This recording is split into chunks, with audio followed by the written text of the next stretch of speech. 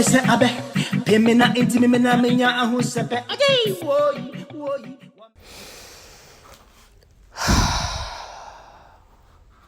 An affirmation to self from self. I will be lighter.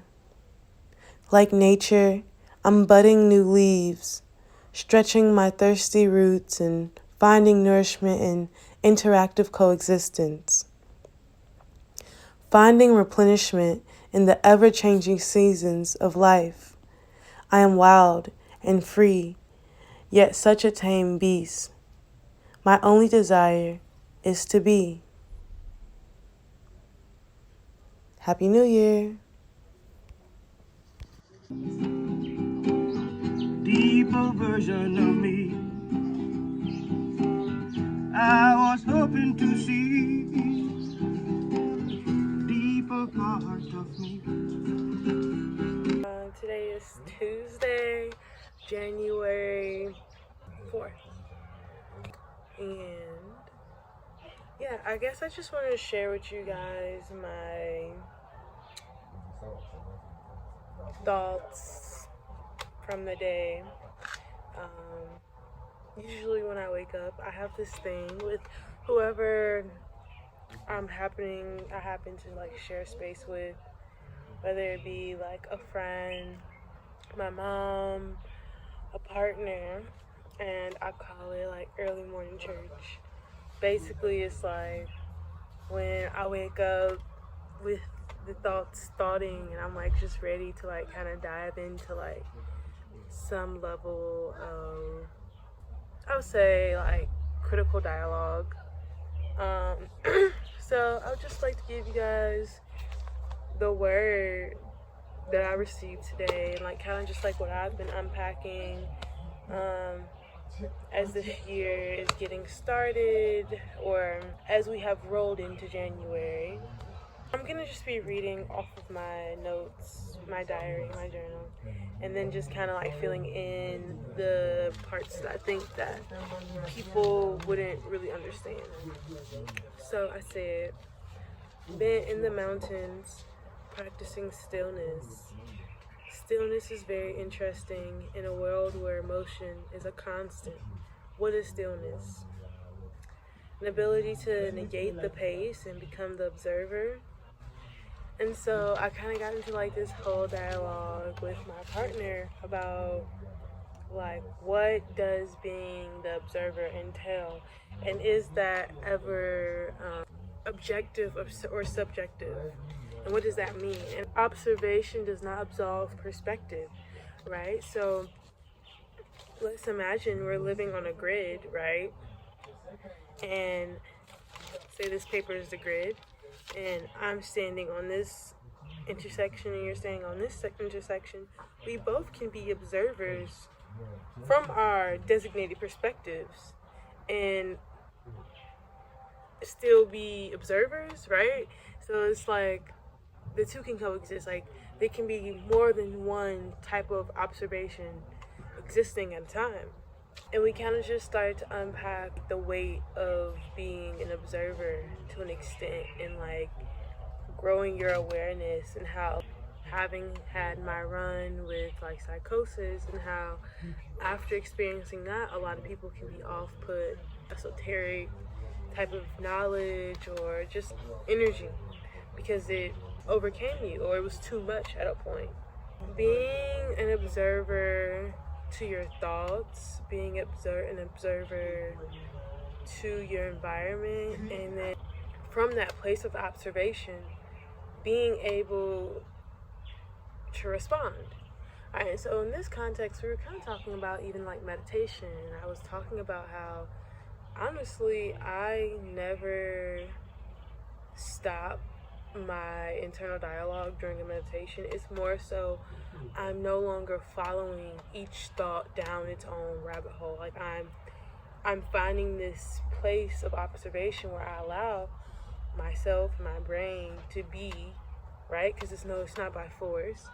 But at the same time, I'm not following each thought pattern to wherever it may take me.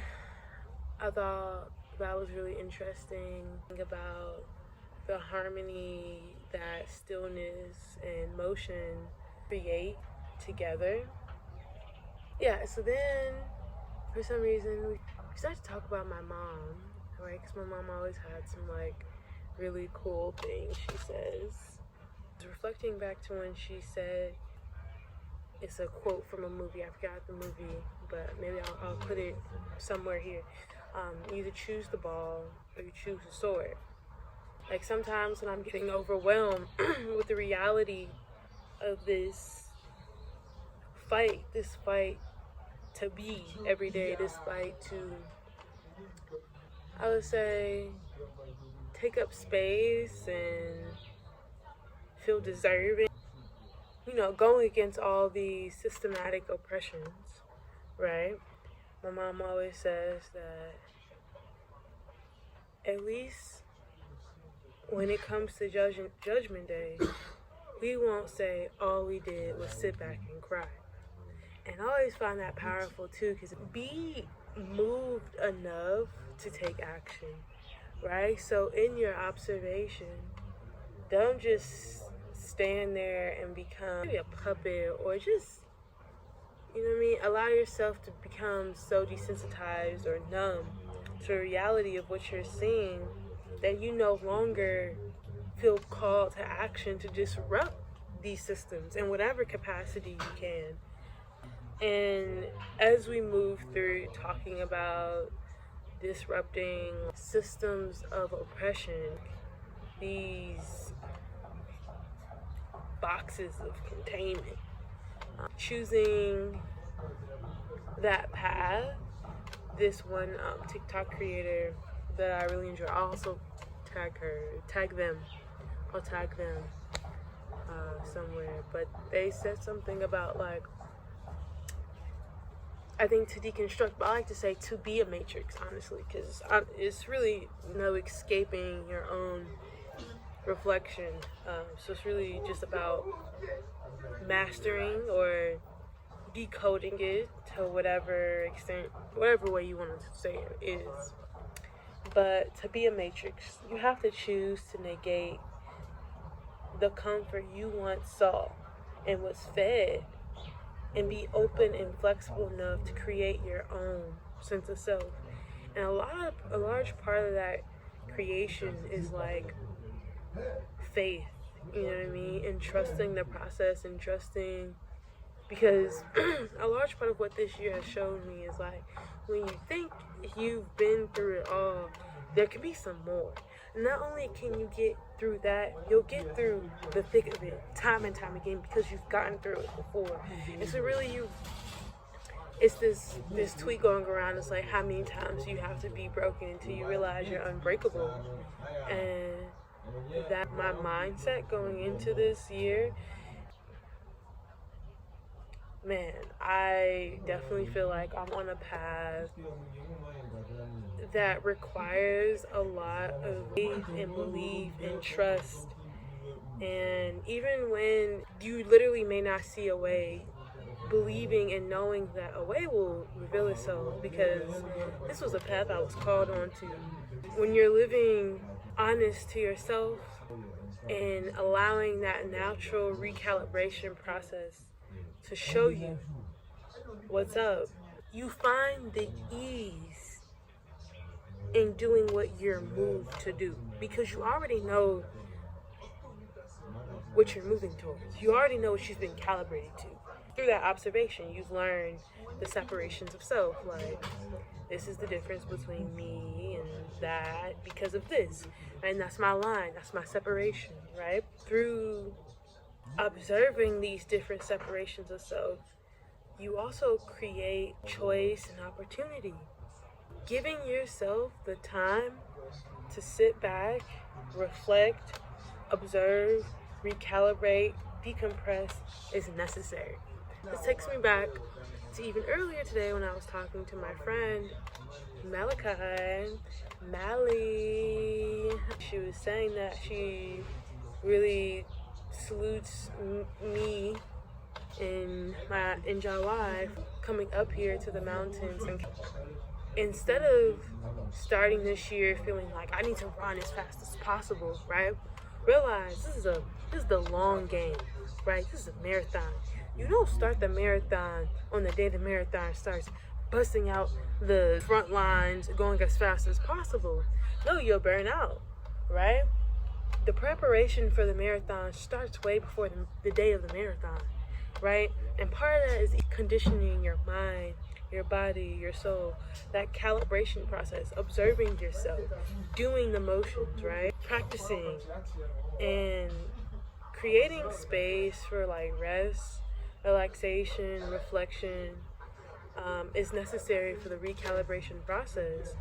And I know that for me to optimize this year the way I want and the way I know I will, it takes a certain level of sitting back, responding, a certain level of responsiveness, right? In order to respond, I need to be able to take it in, right? Take in the energy of this year, take in myself, take in my mental space, continue to reflect on how I ended last year, and make a conscious decision about how and what I would like to do to pivot moving forward. Some of the things that I'm looking forward to as we enter into this season is finding more space in my body to move freely, whether it be dancing, whether it be movement, any movement, honestly, just feeling free to move, you know what I mean, and take up space in whatever capacity that I deem necessary. And there are some other things. I'm not finished writing everything that I want to like implement and reflect on for this year, so I'm not gonna speak too much on what all those things are. I think the basics. I want to expand my social network. I want to expand my opportunities. I want to grow more disciplined as an entrepreneur, as a business person, as a content creator. Yeah, also, so I'm going to try to do a new series to kind of kind of deconstruct myself from feeling like, oh, I have to record videos in a certain type of way. Like, so now what I'm trying to do, put out like weekly or bi-weekly vlogs. I'm shooting for weekly. Let me just put that out there for accountability. I'm shooting to put out weekly vlogs that are more like a documentation of the process of being that I'm going through. Throughout these vlogs, there will be moments like these where I sit down and I just share whatever like downloads or I guess messages I'm processing at the time on that day, without feeling the need to like sit down and record a proper like I'm only talking about this. You know, that can get a little overwhelming. I just want to record when it comes and edit it all together throughout the week, you know what I mean? I'm hoping that it also creates like almost cinematic experience too of my life, so that would be interesting to see how I'm able to bring all these elements together for me. Yeah, so I feel like that's the energy, you feel me, like vibes. So salute to more like to enjoyment, to peace, to love, to prosperity, to abundance, to health, to wealth, to awareness, to presence, to more life, more being. And glory be to the Most High, forever and always. To my ancestors for holding me down through and throughout. Yeah. Give thanks and gratitude. Ashe. Pour some out now. We've decided to do an impromptu photo shoot in the garden, so maybe I'll add a couple videos from it. 888. You want to tell them what it means, baby? It means abundance, wealth, success, and spiritual enlightenment. Period.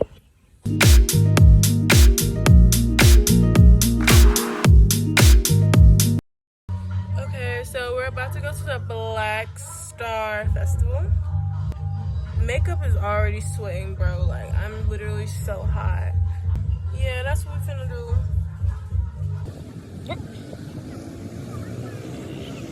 We are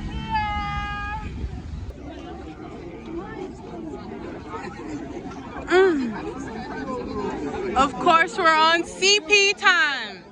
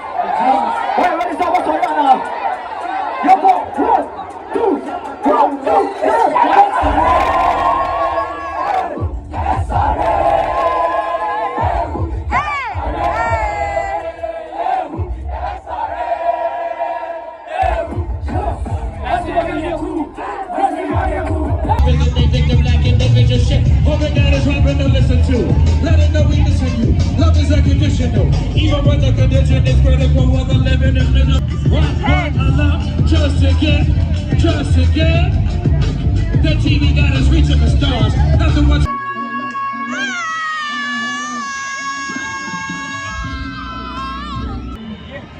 Yeah! I promise you I'll give you the best show I've ever performed. But I appreciate what I saw here, even if I don't get to perform. I appreciate what I saw here. I appreciate the peacefulness.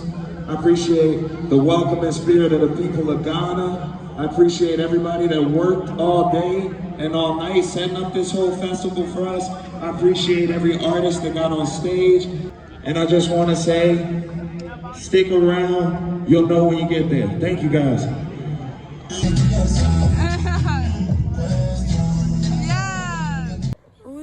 Just got home at 6:46 a.m. That was literally the longest concert I've ever been to in my life.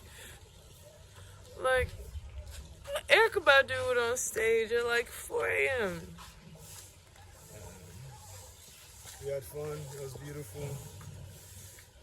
Thank you, Chance. Thanks, Vic. Thanks, Vic. Yo, big up everybody that came through. Dave Chappelle, Talib Kweli. Yo, man. Love. Tobinigwe, respect star. Charlie. Yo, did everything. We had fun. Y'all, today is the day after Saturday. And yeah, that concert was so good. It was such a hit. It was so black. Of course, they started late. And of course, they went over, like, I didn't even get to see Chance because he was the last act. Also, forgot to mention, it was also really great as far as branding wise, because this year I'm really coming hard. I'm coming strong with the branding. When I step out head to toe Anachi's universe, period. You know the vibes. And we came strong yesterday. People were really, really enjoying the designs. They were really supporting me and Jahwi. And I'm really excited to see where this goes and transforms into. I just feel so inspired, and I'm just so grateful and full. Literally, tears keep coming to me. It's beyond words. And yeah, so looking forward. Bye for real.